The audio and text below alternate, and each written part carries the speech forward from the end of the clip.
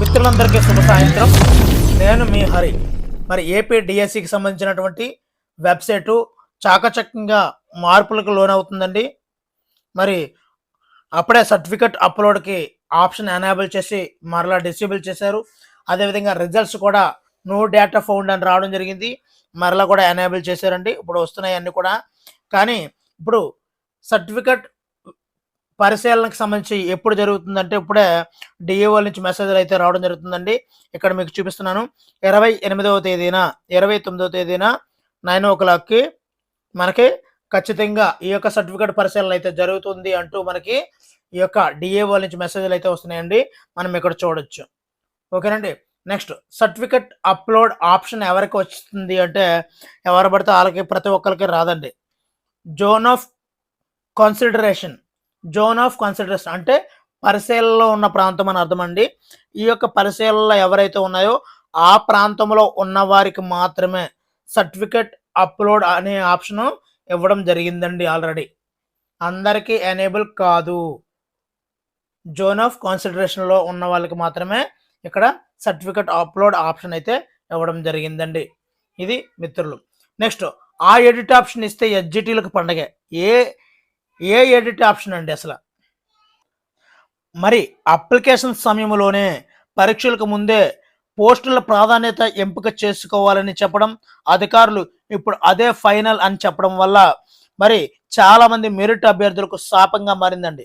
మరి 2-3 పరీక్షలు పాస్ అయినప్పుడు కూడా పరీక్ష పాస్ అయి మెరిట్ లిస్టులో ఉండి 2-3 ఉద్యోగాలకు ఎంపికైన అభ్యర్థులు ముందుగానే ప్రాధాన్యత క్రమంలో మొదటి ఆప్షన్గా పెట్టినటువంటి ఎస్జిటి ఉద్యోగాన్ని మాత్రమే తీసుకోవాల్సి వస్తుంది. 2-3 ఉద్యోగాలు ఆల్రెడీ పొందాడు అయినప్పుడు కూడా ఎస్జిటినే ముందుగా తీసుకోవాల్సి వస్తుంది. ఎందు గురించి? ప్రయారిటీ ఆఫ్ ఆర్డర్ ప్రకారంగా. మరి ఈ విధంగా చేజారిపోతున్నటువంటి ఉన్నత అవకాశం అండి. ఆ విధంగా కొన్ని ఉదంతాలను మనం చూసుకున్నట్లయితే కర్నూలు జిల్లాకు చెందినటువంటి నాగజ్యోతి అనే అమ్మాయి డిఈడి చేసింది, బిఈడి చేసింది, బిఎస్సి మొత్తం అర్హత ఉండడంతో డిఎస్సిలో ఎస్జిటితో పాటు స్కూల్ అసిస్టెంట్ మ్యాథ్స్ అదేవిధంగా టీజీటీ మ్యాథ్స్ పోస్టులకు దరఖాస్తు చేసుకున్నారు. ఈమె డిఎస్సిలో ఎస్జిటితో పాటు స్కూల్ అసిస్టెంట్ మ్యాథ్స్ పోస్టుకు కూడా ఎంపికయ్యారు. కానీ పరీక్షలకు ముందే తొలి ప్రాధాన్యం ప్రయారిటీ ఆఫ్ ఆర్డర్ ఉంది కదా, దానిలో తొలి ప్రాధాన్యం ఎస్జిటికే ఇవ్వడంతో ఆమె ఉన్నతమైనటువంటి స్కూల్ అసిస్టెంట్ పోస్టుకు కోల్పోవాల్సి వస్తుందండి. అదేవిధంగా కర్నూలు పట్టణానికి చెందిన నటరాజ్ డిఈడి బిఈడి రెండూ చేశాడు. ప్రస్తుతం డిఎస్సిలో స్కూల్ అసిస్టెంట్ పోస్టుతో పాటు ఎస్జిటి పోస్టుకు కూడా ఎంపికయ్యారు. ఆయన కూడా మెరిట్ లిస్టులో ఉన్నప్పటికీ పోస్టుల ప్రాధాన్యతలో మొదట ఎస్జిటికి ఇవ్వడంతో స్కూల్ అసిస్టెంట్ పోస్టుకు అవకాశం లేకుండా పోయిందండి. అలాగే చిత్తూరు జిల్లా అనిత అనే అమ్మాయి డిఈడి బిఎస్సి బిఈడి మొత్తం పూర్తి చేసింది. ఆమె కూడా డిఎస్సిలో ఎస్జిటి విభాగంలో జిల్లా స్థాయిలో 89వ ర్యాంక్ వచ్చింది. స్కూల్ అసిస్టెంట్ బయాలజీలో 10వ ర్యాంక్ వచ్చింది. కానీ పోస్టుల ప్రయారిటీలో మొదటి ఎస్జిటికి ఆప్షన్ ఇవ్వడంతో స్కూల్ అసిస్టెంట్ తాలూకా దీన్ని కోల్పోవడం జరిగిందండి. అసలు ఈ యొక్క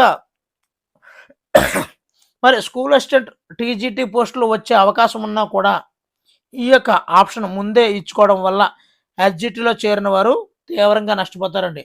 మరి ఆ పరీక్ష కూడా స్కూల్ అసిస్టెంట్ పరీక్ష కూడా పాస్ అయినప్పటికీ కూడా మరి వాళ్ళు ఉన్నత స్థాయి ఉద్యోగాన్ని కోల్పోయి ఈ యొక్క ఎస్జిటిని తీసుకోవాల్సిన పరిస్థితి ఏర్పడుతుందండి. మరి ఎస్జిటి పోస్టుల్లో చేరిన వారి పరిస్థితి ఎలా ఉంటుందంటే 10 నుంచి 15 సంవత్సరాల సర్వీస్ పూర్తయినా కూడా స్కూల్ అసిస్టెంట్గా పదోన్నతి వస్తుందన్న గ్యారంటీ లేదు. అదే టీజీటీ పోస్టులో చేరారనుకోండి, టీజీటీలో చేరారనుకోండి 5 ఏళ్లలో పీజీటీ అయిపోవచ్చు. మరో 10 ఏళ్లలో ప్రిన్సిపల్ అయిపోయే అవకాశం ఉంది. మరి ప్రభుత్వం పెట్టిన ఈ నిబంధనతో ఇప్పుడు మెరిట్లో ముందున్న దాదాపు 10,000 మంది అభ్యర్థుల జీవితాంతం కుమిలిపోయే పరిస్థితి ఏర్పడిందండి. మరి అందువల్ల ఆ ఎడిట్ ఆప్షన్ కానీ ఇచ్చినట్లయితే మరి ఎస్జిటిలను వదిలేసి ఈ 10,000 మందిలో సుమారు అందరూ డబుల్ ఎంట్రీలు ఉంటాయి కాబట్టి ఒక 5,000 మందిని మనం లెక్కలో వేసుకున్నప్పటికీ కూడా ఇంకా రాను ఇంకో 3, 4, 5 పోస్టులకి పెట్టారు కాబట్టి సుమారుగా ఒక 3,000, 2,000 నుంచి 3,000 మంది అభ్యర్థులు ఉండొచ్చు. మరి వీళ్ళందరూ కూడా స్కూల్ అసిస్టెంట్ చూజ్ చేసుకునే అవకాశం ఉంటుంది. అందువల్ల ఈ యొక్క స్కూల్ అసిస్టెంట్ యొక్క కట్ ఆఫ్ గణనీయంగా పెరిగిపోయే అవకాశాలు ఉన్నాయి.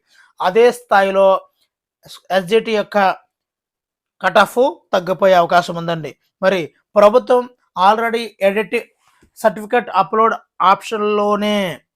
ఆప్షన్లోనే ప్రయారిటీ ఆఫ్ ఆర్డర్ కూడా ఎనేబుల్ చేయడం జరిగింది అన్నట్టు ఊహాగానాలు అయితే తెలుస్తున్నాయండి. మరి మీరు చూసినట్లయితే తప్పనిసరిగా ఎడిట్ ఆప్షన్ ఇస్తే మంచిదా కాదా?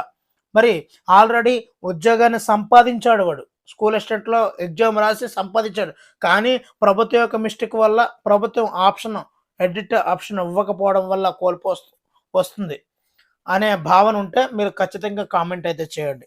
మరి వీడియో నచ్చితే తప్పనిసరిగా లైక్ చేయండి. ఇలాంటి మరిన్ని వీడియోల కోసం ఛానల్ సబ్స్క్రైబ్ చేసుకోండి. Thank you for watching. Me Hari signing.